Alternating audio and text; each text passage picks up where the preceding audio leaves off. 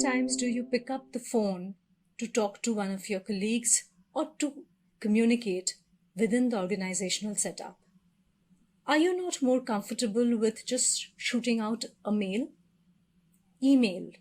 The importance of email can never be overstated. In fact, during the pandemic, it has become even more important when we are working in remote locations.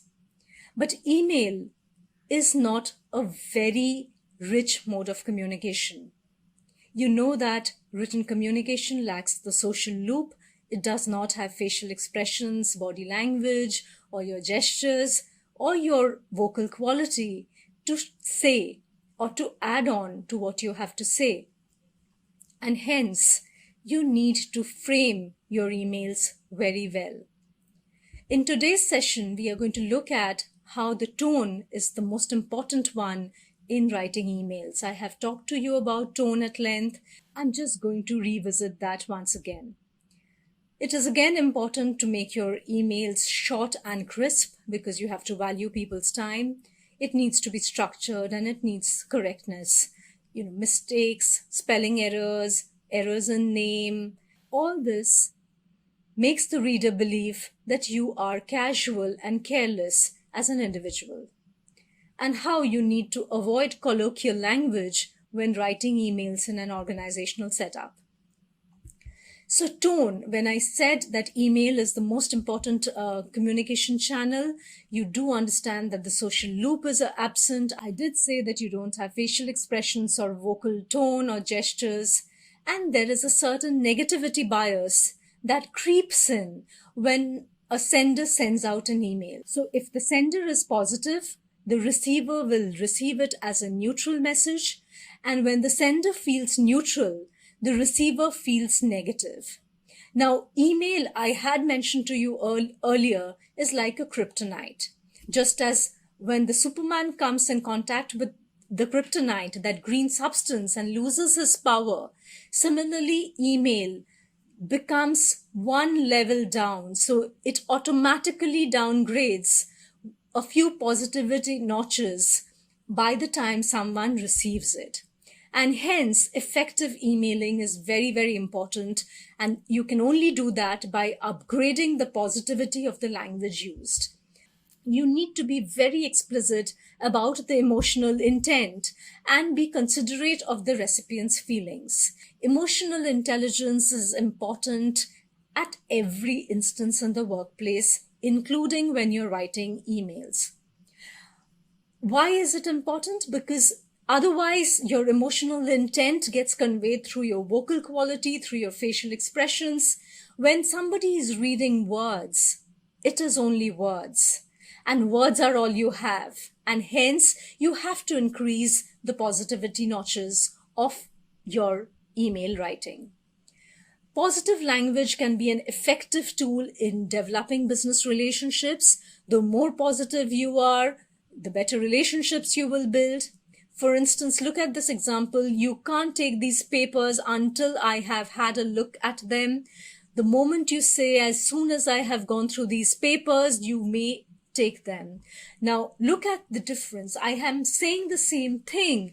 What I have done is I have made the negativity quotient a lot less. You can't take these papers. That itself is a very negative sounding statement. But the moment you say you may take them as soon as I have gone through this, it changes the tone. And the person who is receiving that email will be a lot more receptive to your message. Tone, sometimes we are very abrupt. We say, please send me the files immediately. Look at the abrupt nature of this, and somewhat it lacks emotional intelligence. But when you say, please send me the files immediately, because we have got a new director and he is keen to take a look at those, by giving that explanation, I am just adding that emotional intent there because I do not want to really make your life miserable, but I am also under pressure and hence I am asking you to. Right? So the tone becomes different when you are giving that reasoning. Now look at this particular tone, which is extremely flowery. Obsolete, flowery, ornate language is absolutely a no-no in the world of business. May I kindly ask if you had the opportunity to review the report I submitted earlier, attached for your quick reference? Now, this is very ornate, which is very flowery, and it is very convoluted. It doesn't really convey what you want to say directly.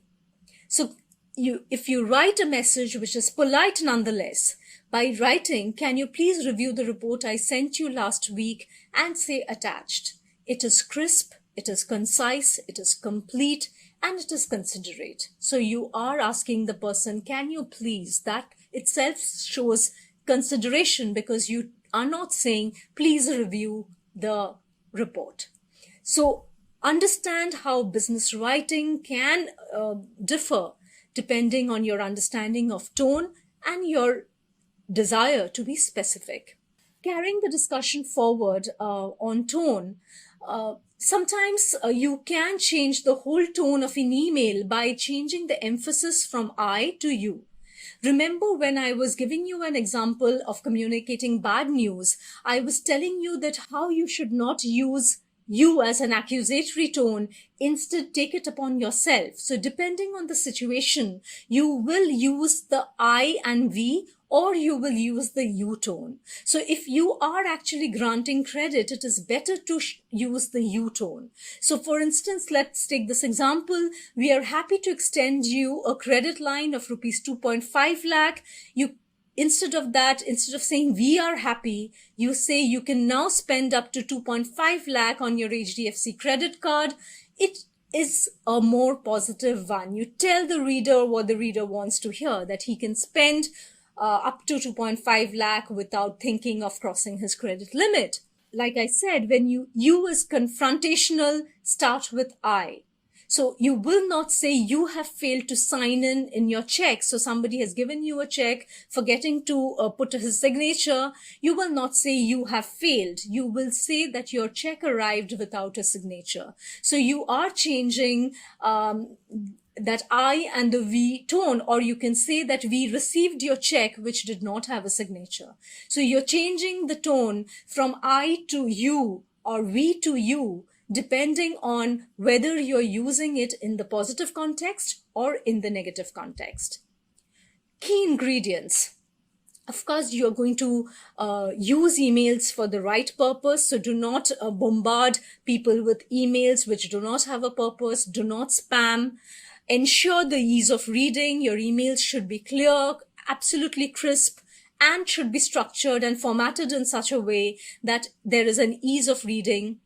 Show respect for time, maintain professionalism and appropriate formality. Now, please do understand that while organizations are moving towards a more casual, conversational English when they are communicating, you cannot take the kind of liberties that you would do while you're emailing to a friend.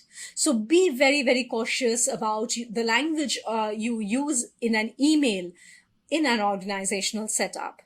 And manage emotions effectively. Like I said, business is not bereft of emotions. You need to show your emotions, but do it judiciously. The page layout. Very important in the way you frame or the way you compose your messages. How are you supposed to do that? So reading on the computer screen is more difficult than reading from paper. All of us know that. And hence you need to structure your email or format your email much better. So use shorter paragraphs to enhance readability. Do not write very long paragraphs. Do not write long paragraphs at all. And even if you have too much to write, break it up into smaller paragraphs with one main idea in each paragraph. Be brief and avoid long sentences. This is something that I have been talking to you about. Break up your sentences into crisp, short ones. Long sentences are not appropriate because people forget what you're trying to say with convoluted clauses. So write, short, crisp sentences. And a blank line between each paragraph again increases the readability of an email. Concise subject line. Now you need to understand that the subject line needs to be very concise. Now, why am I saying that the subject line needs to be concise? Is that during my career, I have had many people, putting the entire email on the subject line and sending me. Now, should you do that? It's a strict no no. So let us look at how we can make our subject line more concise. So it summarizes the intention of your email. So it must say that. Again, keep it short. Do not write very long subject line, which is very boring for the reader. And don't ever send an email without a subject line. It really doesn't make sense. The subject line is there for you to notify the reader as to why you're writing to them. A hi or a hello in the subject line, again, is a strict no-no. If the purpose of your mail is to say hi or hello, then you can write a hi or a hello in the subject line. But otherwise, because you're not able to find an appropriate subject line or you are short of words, do not write a hi or hello in the subject line. Also, what we tend to do sometimes is that we keep responding to a particular email chain. Sometimes what we are discussing is completely different from the original conversation trail. Now, if you're doing that, then it is imperative that you change the subject line. You start with a new subject line. You do not, use that thread, or even if you're using that thread, you change the subject line correctly so that it reflects the content that you are presenting in your email. Use appropriate greeting. So a greeting should be the first line of your email followed by an empty line and then your message body. So if you're writing greetings of the day or greetings of the season, you then leave a line and then start your message body. Again, if you are emailing someone for the first time, please never use dear. It should be hi and the name, because someone whom you do not know can never be dear to you. It is very awkward to use dear for someone you're writing for the first time. And sometimes you don't even know the gender of the person and you are writing dear to that person. So do not use dear unless you know who you're writing to.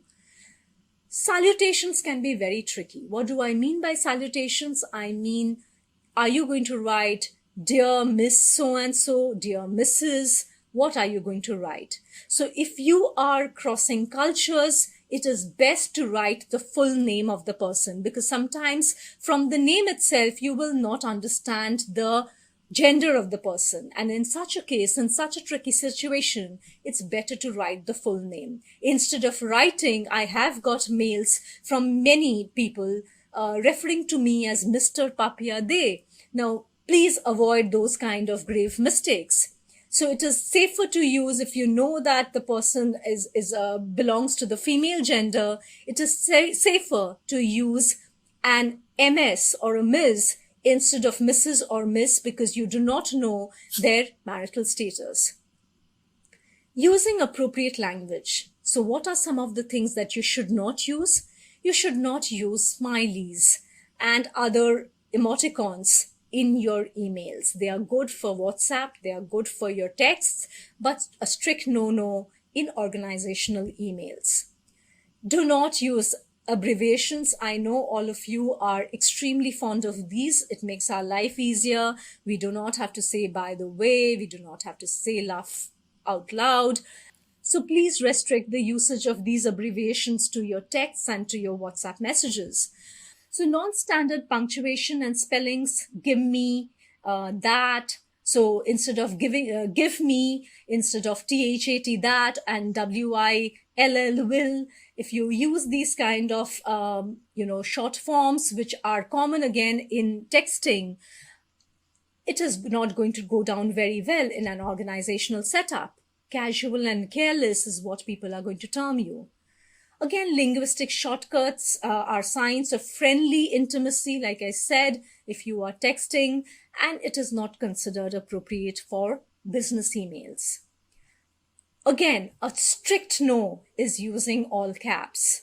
When you write in all caps, in written communication, it means that you're shouting at that person. So writing in all caps is a strict no-no. So regardless of what your intentions are, if you really want to emphasize a particular point, you can highlight it, you can make it in a different color, you can make it bold, but do not use full caps because it is a sign of aggression.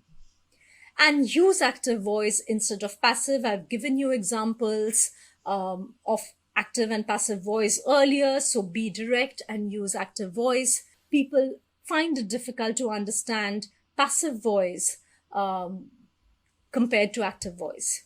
I mentioned this. You need to avoid colloquialisms. So no probs instead of no problem. Absolutely a no-no. Just hang in there. I'll get back to you pronto. My bad. We often say my bad. It's my mistake. In an email, you do not say my bad. You will say it is an oversight on my part or it is a mistake on my part instead of just replacing it with colloquial words like my bad. Proofread. Do not hit the send button as soon as you're done writing that email. It's very important that you read your email carefully to see that you have not made any spelling errors or grammatical errors or even the content for that matter. So lack of attention for details is evident when there are spelling errors and the grammar is poor. You need to be more careful when you're writing to a senior or a client and it is a mass message. So be very, very sure that you are absolutely correct in your messaging, especially in these situations.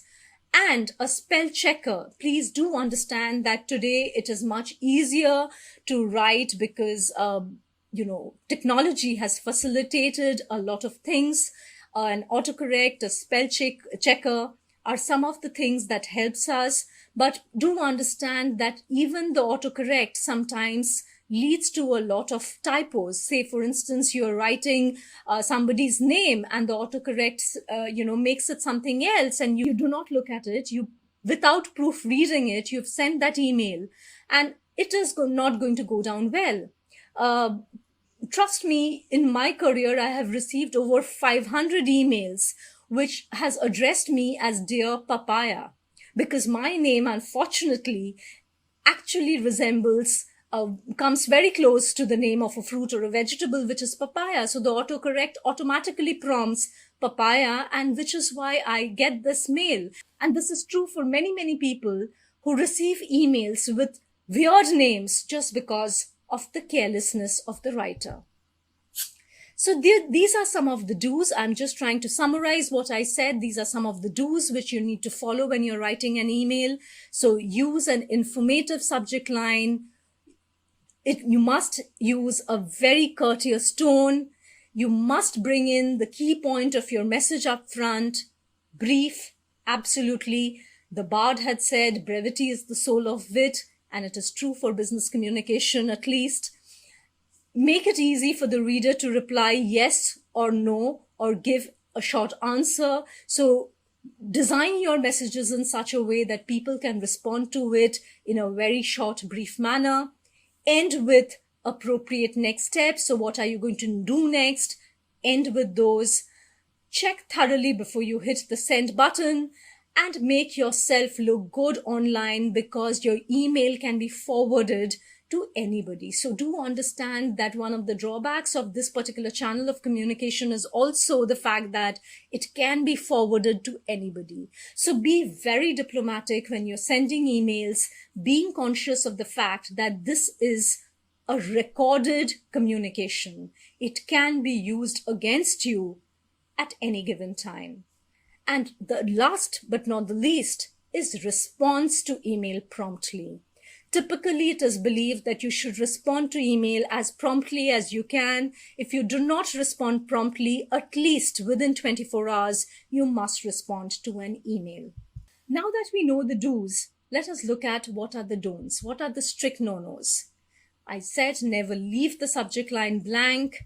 Don't use capital letters because capital letters means shouting. No smileys, no emoticons, and no abbreviations.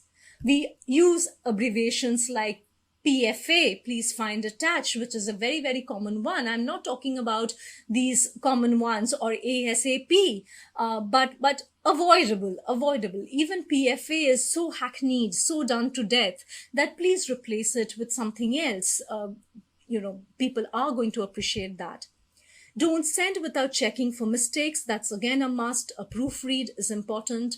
Don't assume that people have time to read your entire message. So please bring the main points up front. People might not read your entire message if it runs into more than one screen page. Now, I want to give you an example of an email which the tone is very cold and irritated. So look at this. The subject is a follow-up. You don't know what follow-up this is all about. So it says, "Hi, Jasmine, I wanted to follow up with you regarding the email I sent introducing our line of textbooks a couple of weeks ago. I haven't heard from you and wanted to know if you have made a decision. Rashmi." So it doesn't have any cordial ending, and it writes in a tone which shows that the person is really irritated because he or she, in this case a she, has not received the right response.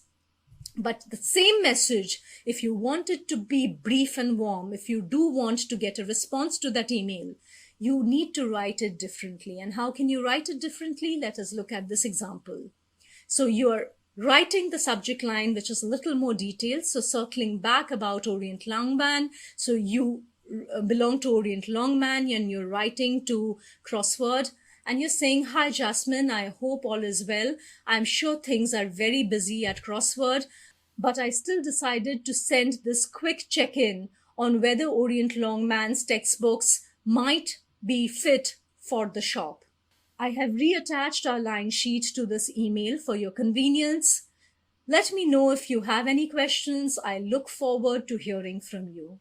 You are sending the same reminder, but the tone of your message is dramatically different in the second one. And this one is likely to gain a much more favorable response than the first one. And hence, the warmth of writing is important. You can see how words itself can express your irritation or your warmth. To summarize what we learned today, your email can be forwarded to anybody, so write consciously. Don't send without checking for mistakes, and put the key point of your message up front. Be brief. So these are some of the key facts that we learned about email writing, the importance of tone. Please focus on those and you're good to go.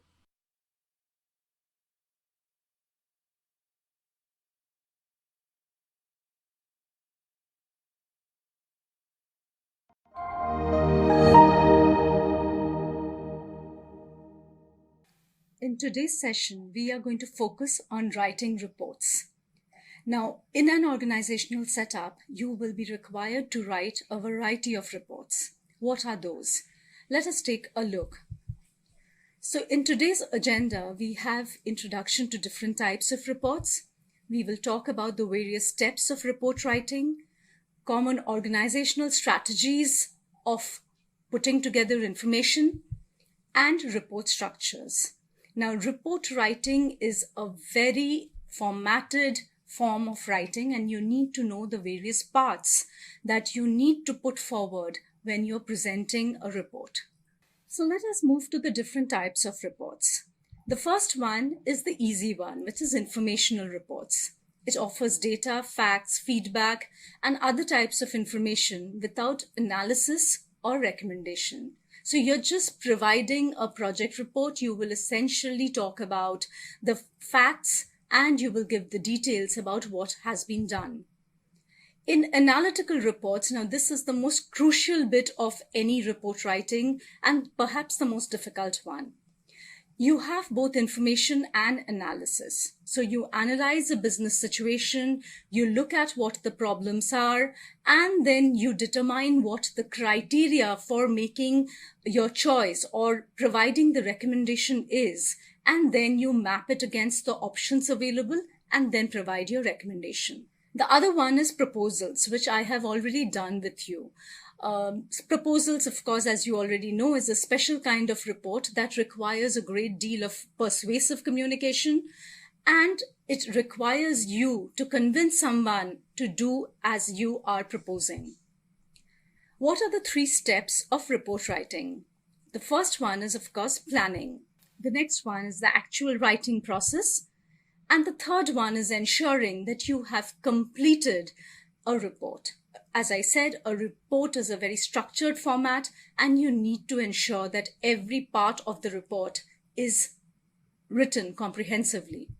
In the planning, what are you expected to do when you are planning for a report? So you have to analyze the situation, you have to clarify the problem, you have to define your purpose. Why are you writing that report?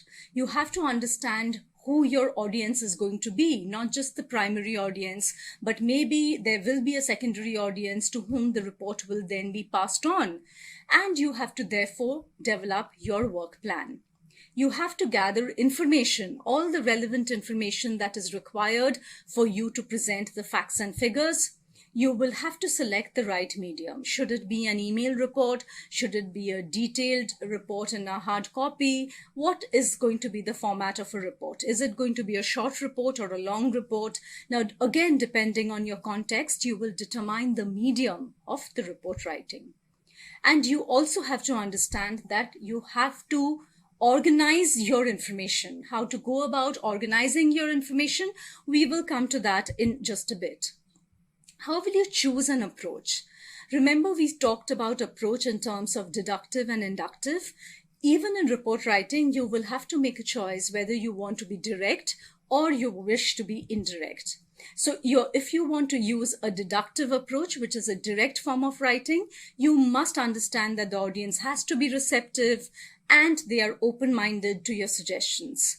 But if you do feel that your audience is a little hostile, they are skeptical about your suggestions, you need to use an inductive logic or inductive structure where you are actually first talking about the situation, you're talking about the problem, and then going ahead and giving your recommendation. Whereas in a direct style, you are going to provide your recommendations first and then go out to chart as to why you're giving that particular suggestion. Defining your purpose. Now, all of you have written some kind of statement of purpose while participating in interviews, etc. If you know what SOP is, you will know what an SOP in a report writing is all about. So if you are writing a SOP for an informational report, you have to focus on predetermined requirement and must meet the definite expectations. So you know what is the information the reader is looking for, and you must meet those expectations.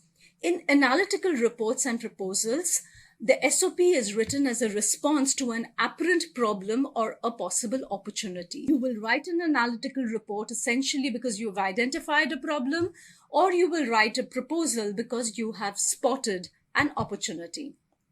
So SOP, as you all know, defines why you are preparing the report. So what is the purpose of your report? That is what needs to come in a very crisp, at the most 2 sentences, and you will formalize your statement of purpose. You need to start with an infinitive phrase. To inform, to confirm, to analyze, to persuade, to recommend. So these words make it a to-do kind of a statement and is apt for writing a statement of purpose. Let's look at informational reports. As I said, these are the easiest ones. You're essentially trying to update the client on the progress of a project. You're creating a strategic plan for the organization. You're talking about developing goals and objectives. Again, that is an informational report. You're creating a marketing plan, identifying potential customers, and illustrating how the company will attend to their needs. Again, this is a marketing plan, a kind of an informational report. Operating report. You're providing monthly sales statistics to management. This is again, as I said, a project update or a sales update report, which is again an informational report.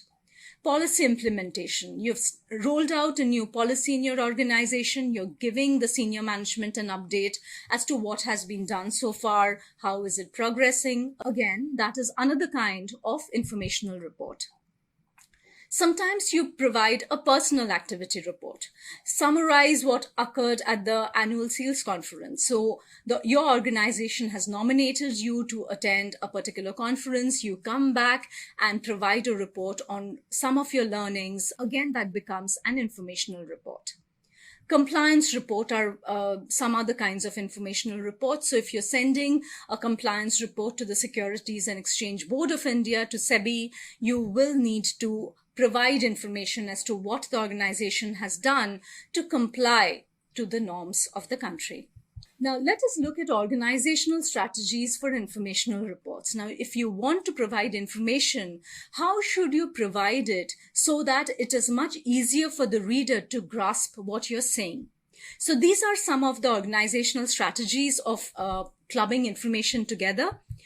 So one of the things that you need to understand is comparison. Whenever you produce information in comparative terms, if you're talking about, the growth of your organization, if you're providing an annual report, whenever your competitors, when you compare it with the current situation in the environment and say that, the economy of the country has performed this way, vis-a-vis we have performed this way, you're giving some kind of comparison.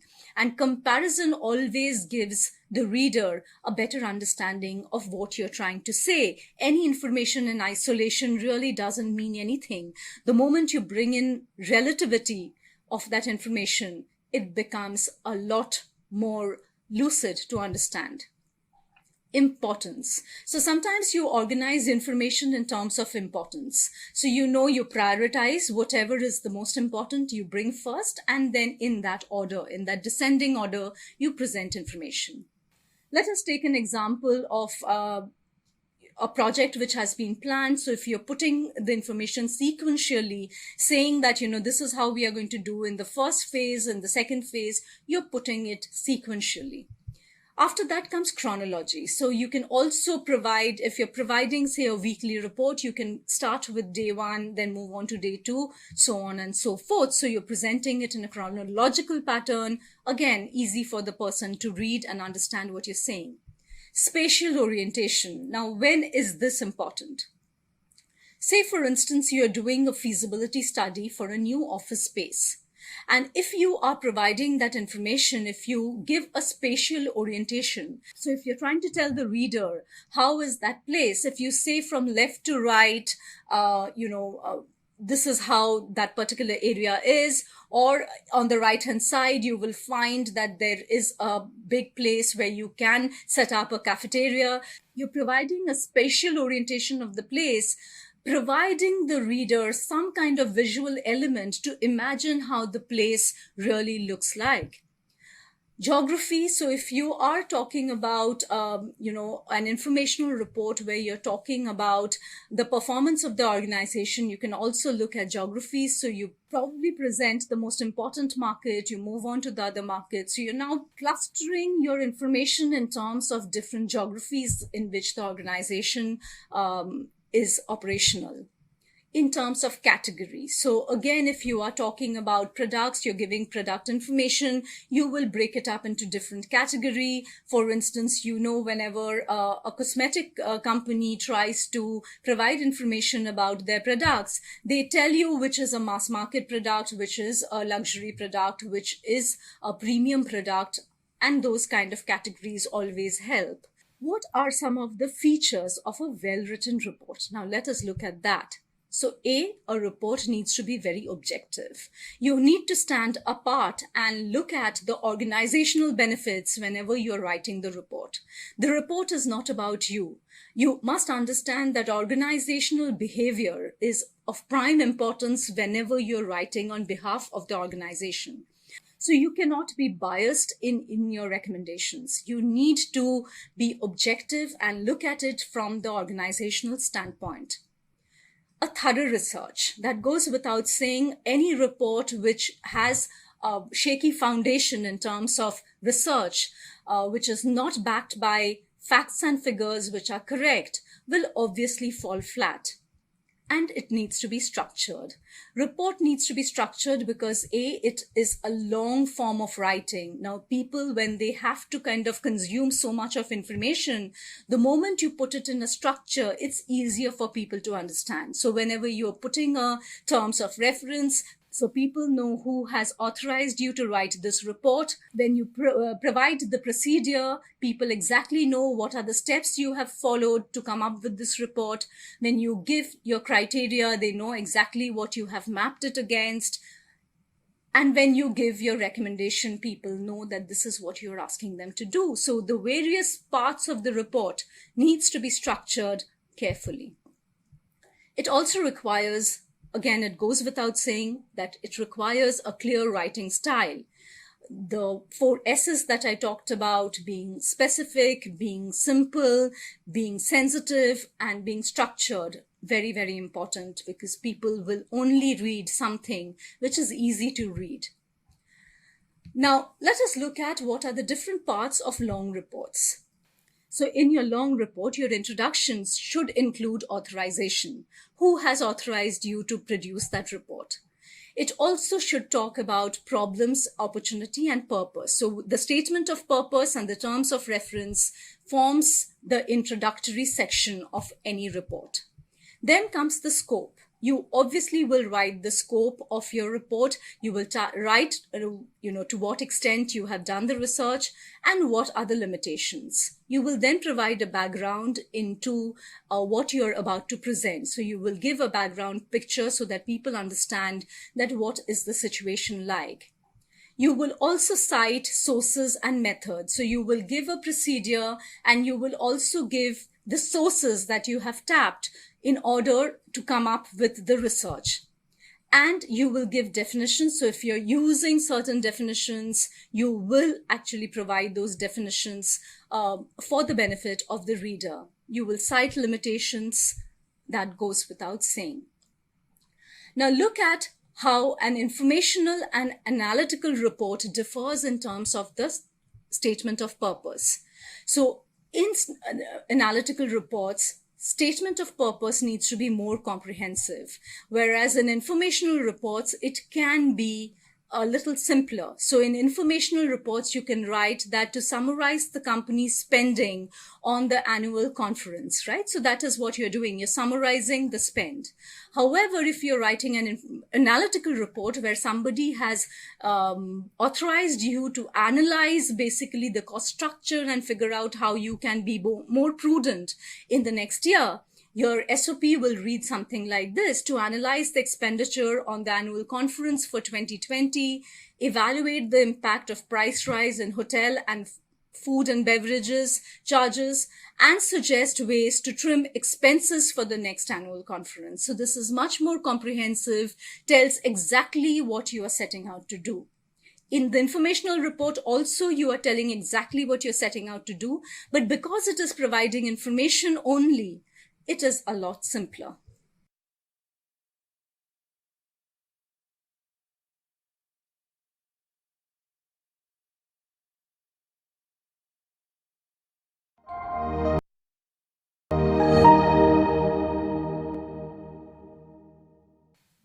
Now let us look at what the report body consists of. It should have an explanation of the problem or the opportunity. It must have facts, statistical evidence and trends, results of studies and investigations, discussing and analyzing potential course of action. You will then paint the merits and demerits, the cost structure, and you will then go on to recommend what you are actually suggesting.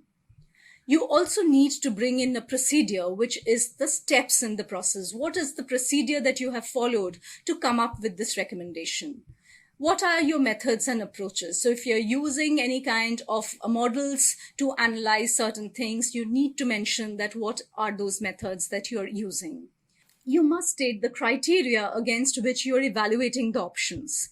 And it must come with your conclusion and therefore the recommendation.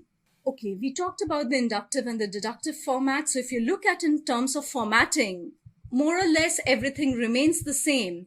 But what changes is that in the deductive format, you bring in the title page, the executive summary, the introduction, the conclusions. You bring in the recommendation thereafter. So the recommendation comes in. Then you provide a situational analysis and references. Whereas in an inductive format, the title page is again constant in both the formats, executive summary, which is going to come after that. You will provide the introduction, then you will provide the discussion and situational analysis. You will provide your conclusions and then give your recommendation. Understand that this audience is not very receptive. You really need to get their buy-in before you finally settle down and give your recommendation. When the audience is receptive, you're going to give your recommendation first and then tell them why you are doing so. And references are a must. So we talk about the APA style of referencing. You can obviously look it up, what APA style is, and that's a acceptable referencing norm in most organizations. Now, whenever you're drawing the situational analysis, you need to use a funnel approach. A funnel approach is nothing but using something broad, which you believe that the audience is already aware of, and then slowly coming down from the general to the more specific and telling them what the actual problem is. Say, for instance, you're going to talk about how the company's finances has not done very well that particular year. You're first going to talk about the overall downturn in the economy. You're going to talk about how it has impacted that particular sector in which you are operating. You will then talk about your own company's misfortunes in that particular year. Transitional words. Now, this is very important that you write reports using these kind of relationship-based words. So when you use contrast, likeness, cause and result, explanation or elaboration of what you're saying, it helps you to build that relationship. You're connecting your thoughts with whatever you are using as information or background information. Now, when you write a report, it is a good idea to use these transitional words like, in addition, first, this is so and so, secondly, this means so and so. So you're actually kind of structuring your writing in a way which is more readable. So when you use terms like on the contrary, in spite of, on the other hand, in contrast, however, these are transitional words, and this makes it much more reader friendly. So when you use terms like, for example, to illustrate, for instance, these words are very, very good connecting words to actually connect your thoughts when you're moving on from one thought process to another. So use these transitional words while presenting information. What is the 5-part structure? So when we are looking at a feasibility report or an information report, essentially it begins with the terms of reference. It moves into procedure. It then goes into facts and findings. It has a conclusion, and it will have recommendations. So your report body essentially will be your facts and findings and your conclusions. Terms of reference. So how do you write the terms of reference? So essentially state the general problem first to give the reader a context of the big picture, then explain the specific question or the task arising from that problem that you're going to be dealing with. It should also have the authorization. So who has authorized you to write this report? It must have that, and it must not be more than 2 to 3 sentences. Now, look at this example of a terms of report. So if you write in accordance with the instruction of the board, so that is your authorization, I'm happy to submit a report on the possibility of acquiring a site for a new office in Andheri Business Park and make recommendations as appropriate. So it's a very comprehensive terms of reference. You're telling them that you are setting out to look at a particular site and understand whether it is feasible to set up a new office there, and you have clearly mentioned who has authorized you to write it. In the same report, the procedure will look at the report was compiled following a visit to the Andheri Business Park and interviews with the manager, local firms, and local office of the Department of Education and Skills. Now, if you are in an educational setup, you will obviously talk to people who are into skill building or Department of Education, and I've just taken it as an example. Facts and findings, you will talk about the location and facilities of that particular area. You will talk about the proposed site. You will give a detailed description of how the proposed site is all about. You will talk about whether the area has a building and planning permission.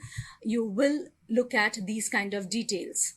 In your conclusion, you will say the site has good access. Now, again, this is a hypothetical example. So you will say what you have found out. It could be that you don't think that this is a good place, but I am just using it as an example. So you will need to give the reader that it has good access to roads and motorways. You will talk about adequate facilities that that particular site has. You will talk about the price, no doubt. Price is very important, remember. Competitive rate charges. You're going to talk about the local supply of skilled and semi-skilled staff. It's important that you are able to pool in your staff or employees from the area around it. And you're going to talk about the ready availability of building contractors who are going to help you set up the office. So you are looking at various parameters under which you have to provide your information, and you have to have a very comprehensive understanding of what are the possible areas that the organization might look at in deciding whether the site is apt for them or not. And you also have to think about whether it has all the corporational licenses. It doesn't have a planning problem. It shouldn't be the case that you have set up an office and later the corporation people come in and break a part of it because the planning was not right. Again, you will give, if there are certain negatives, you will mention what those negatives are. So if you are saying that this particular site is marginally smaller than desired, even then it is suitable because it meets all the other requirements. So you are going to give a very clear picture of the merits and the demerits. Now, recommendations. So recommendation needs to be very crisply written and as a short sentence as to what you are recommending. So you're saying the company should accept the site and proceed with the building of the offices without delay. That's your recommendation. And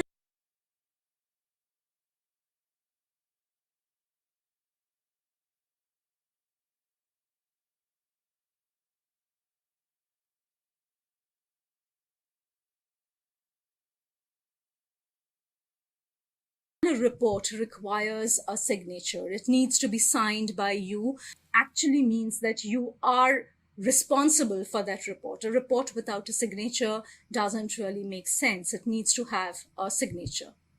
Coming back to what we did today, we understood how you need to provide the exact purpose of your report.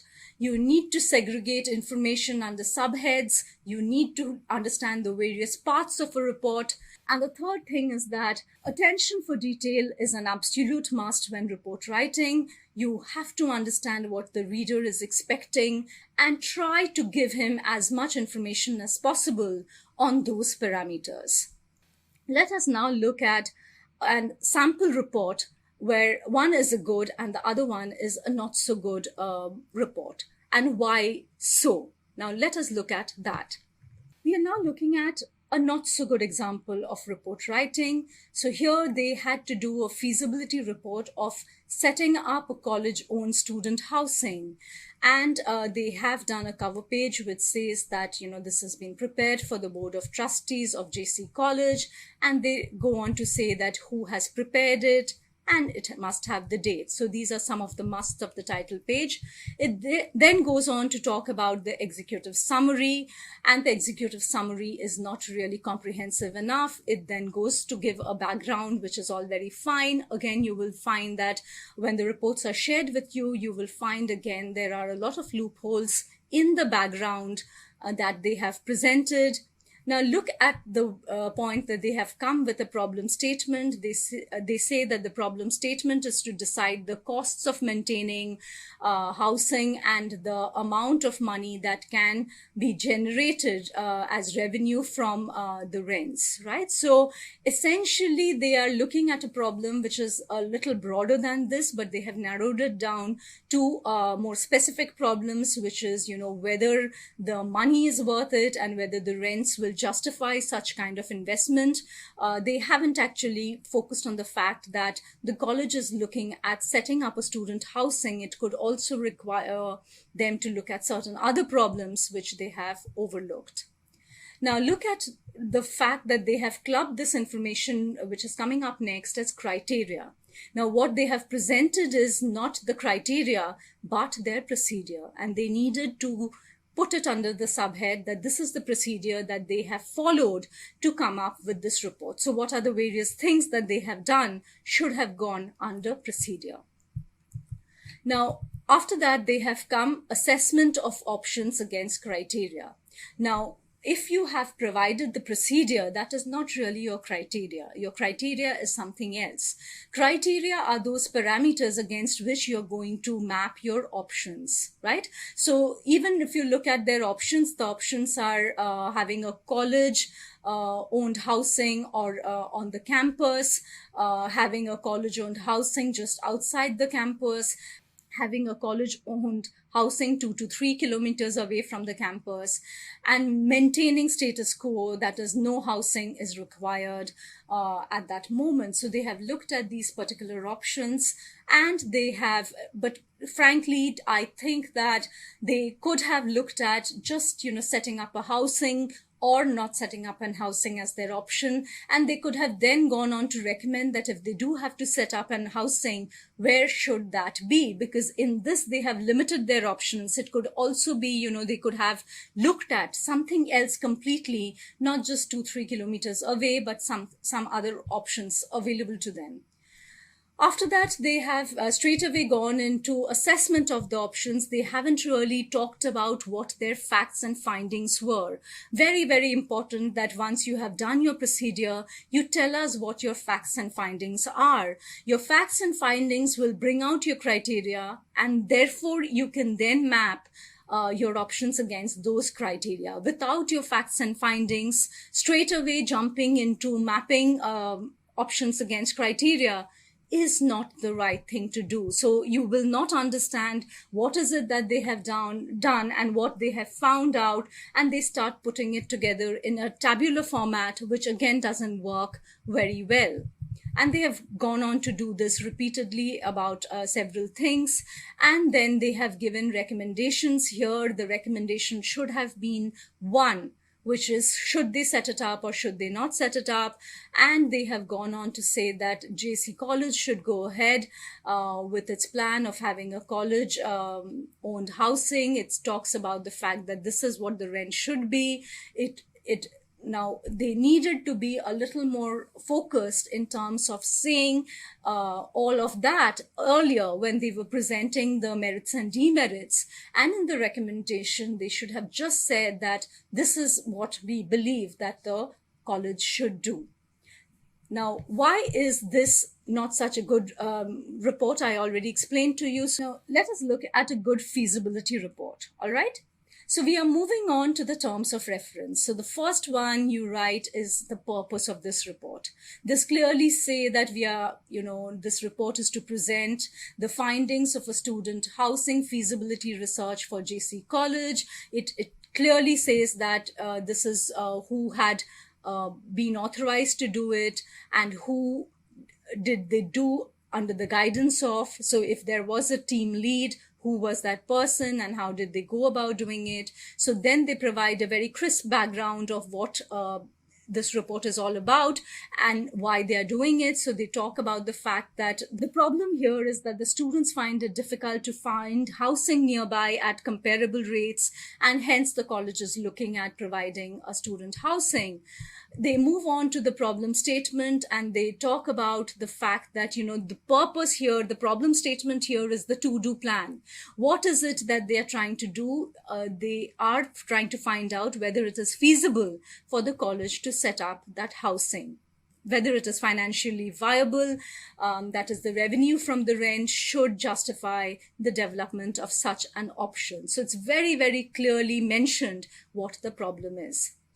And what is the business requirement? So you also provide what is the requirement of the business. So the organization believes that a student housing would increase the enrollment. So you do understand a vivid picture is presented of the situation at hand. So the organization is looking at increasing its enrollments and therefore trying to invest in a student housing, which could then go on to become an added attraction. So then they present, the preliminary survey showed there was enough demand for such a thing, but they now need to study that what are the alternative options and what the college could do. So they have looked at these particular things, which are capital expenditure. Remember, in the previous one, you were not very clear about what was those criteria we were talking about. They gave you certain options, but they didn't tell you that these were the criteria. The first criteria in terms of prioritization is, of course, the cost of setting up such a thing, the operational expenditure that the organization is going to incur on a regular basis. The location, again, is important. The transportation available, the list of properties available to set up such a facility, and the infrastructure and amenities then come, which obviously would be a concern, but not really your topmost concern. That can be set up, but you need to first focus on the capital expenditure and the other parameters that they have listed it out. And then they have actually talked about, what is the relative importance. So they have given a weightage that these criteria are evaluated on the weightage of this. Now, unless you provide weightage to your criteria, you do not really know how to go about deciding. So if you do understand that 40% of the weightage of this decision is based on capital expenditure, you are then absolutely sure as to what you're recommending. So even the weightages are given, making it firmer and comprehensive. Then they have talked about their primary research findings. So they are giving you the details of the findings and the facts that they have come about. And then they have understood what are the gaps that there needs to be filled. And then they have gone to evaluate the alternatives in a very detailed format, keeping in mind the weightages given to each criteria, and they have then presented in a tabular format. It is not facts and findings, which is just given in a tabular format.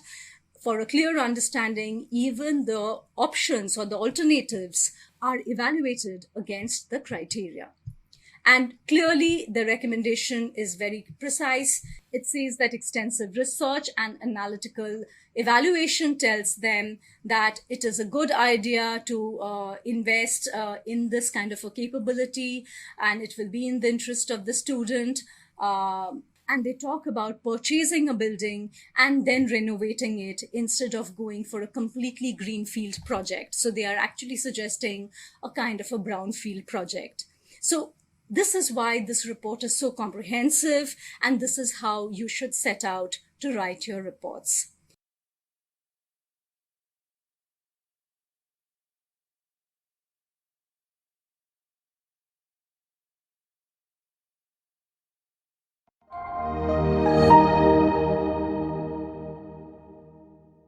Hello everyone, I'm Arjun Nair, co-founder and president at Drake Learning.